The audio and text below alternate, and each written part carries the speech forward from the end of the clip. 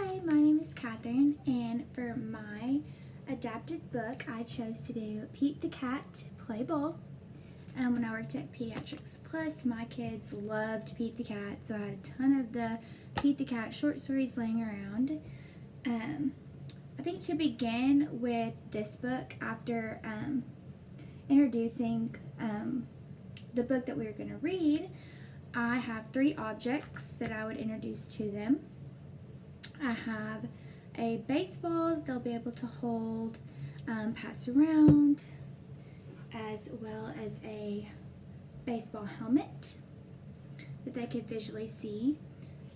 Even on the front cover, you see Pete wearing the helmet, you see the baseball, and a small version of a bat. So also in the cover, you see him holding the bat, so they can get those visuals right off the bat. So starting off with the front cover, maybe a student even picking this book that they would want to read. With the title, I enhanced it with puffy paint or puff paint. If there was a student that was visually impaired, this might help them pick a book. So I did that. I did it in black because there was different colors of the title, so this might just make it more bold and stand out more. So that's why I picked black. Down here, this is the author. I enhanced it. I made the author's name bigger. I also bordered it in red tape. If I noticed that my students always had trouble or frequently had trouble finding the author's name, then I would do this repeatedly with all my books so they would know to look for the red border. And as mentioned in the module, once they got better at this and got better at identifying it, I could take it off as needed. So I did that. These books didn't have an illustrator, so there wasn't any need for me to enhance another name because there wasn't a name listed. So starting right here,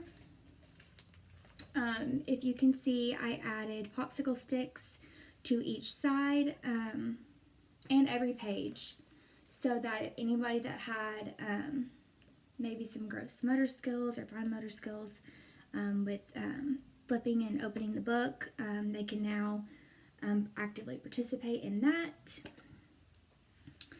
So opening this up, it's just another title page. We have some of the sensory things that I added.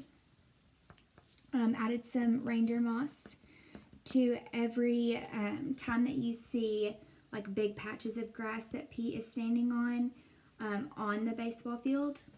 So they can feel those. It actually kind of has a smell too, so I guess they could smell it. Also, if you notice in the front cover, you can see Pete the Cat's whiskers. I noticed them right off, so I wanted to enhance those and make that a sensory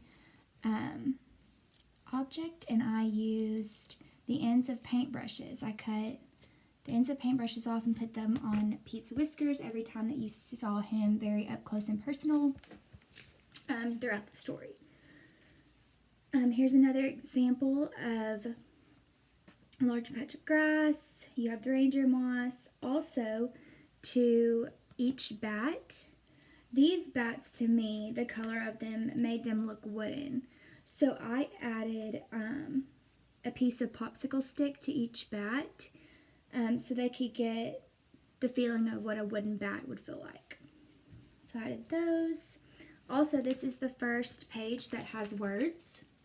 So at each beginning paragraph, I added a yellow star. I did that all throughout the book. Every star is yellow, so that this is a recognition of where to start reading. So, yellow star, beginning of each sentence and paragraph. Okay, this is the first page that you see a purple underlined word. and it is used with pipe cleaner. And every vocabulary word, this is one of the vocabulary words, it is underlined using a purple pipe cleaner, and it's the word's game. So we have game, and then we have our second vocabulary term here. That is team. Let's see. Oh, here's another just kind of sensory object that I added. I used kitchen lining or kitchen drawer liners, and they kind of had the feeling of, I couldn't decide if I wanted to use this on either the baseball or the plates. So when I cut them up, I was like, that looks more like the plate. So I added these to the plate so they can get a sensory feel of what a baseball plate would feel like. Turning the page, you see the stars again throughout the book. Also with the patches of grass, wood on the bat. Here's another example of whiskers I added on Pete. Let's see. Just repeating throughout the book. Here's a larger example of a vase that I added. And then here is my third vocabulary word. It is umpire. I added 2 vocabulary words that the students would need to know for outside of the book, a more common word that they would hear maybe among their peers at recess, on the playground, which was the team and game. So I did team and game, and then a word that I thought if a child is reading this book, what word would they not understand as much? And umpire, definitely. I picked that one out to explain more, I guess, context in the book wise. So just continuing, you have the grass, you have the star, and that continues throughout, the star and then the wood on the bat. You have another example of Pete's whiskers. Always having the popsicle sticks if needed to turn the pages. You have other examples of the vocabulary words being used. There's game again. There's game. Game is used a lot throughout. We even have one that helps close the book. So there's also a popsicle stick on the end. For the vocabulary words, I have them up here. You can see each closer. I have team, a group of people who play or work together to reach a goal. If needed to, I could further explain goal if it was a younger group. You also have the graphic image of a team. I used a baseball team to kind of stay in the context of the book. Our next vocabulary word was game. So a sport played according to rules with the players in direct opposition to each other. So they're playing against each other. I have a baseball game right here going, but I also, it's not just sports games, so I wanted to include another graphic of playing an actual game because they've probably heard that as well with game. And then our context vocabulary word, umpire. So an official in a baseball game who enforces the rules. So there's our context vocabulary with the graphic of the little umpire. Then we have our question board.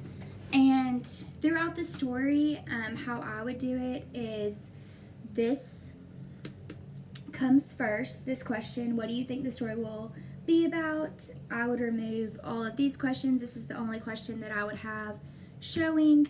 I have 2 possible answers. I have baseball game with the graphic, and then I have the park.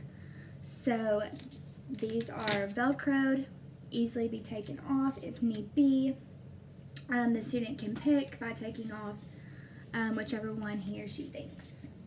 So we have those. The second question, which comes second in the story if you're going in order, is Pete sad he did not hit the baseball while batting? This is a specific question.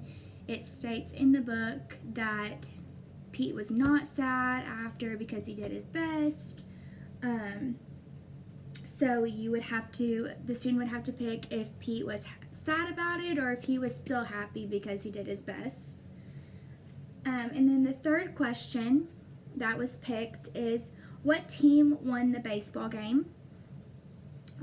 This is stated at the very end of the book. It states what team. I have a picture of Pete's team right here, which was the Rocks, and then his friend's team, which is this is his friend, the name of their team, and they would pick which team, from listening, which team won the baseball game. So those are my 3 questions and the 2 possible answers. All of these are on Velcro, so they can easily be taken off and putting back on with choices from the students. So I think that's it as far as my book. I thought that this was a really fun assignment because I love the creative part of it. And this can definitely be done to meet so many kids' needs. And you can do this specifically to meet individual needs as well. That's why I did the book the way that I did it, by taking the book apart and then making copies. So I still have this book. It's still in okay-ish condition. If I needed to make more copies in the future to do this for a specific student. Do this specific book for a specific student that maybe didn't need the puffy painting or need the popsicle sticks. So, yep, that's my book.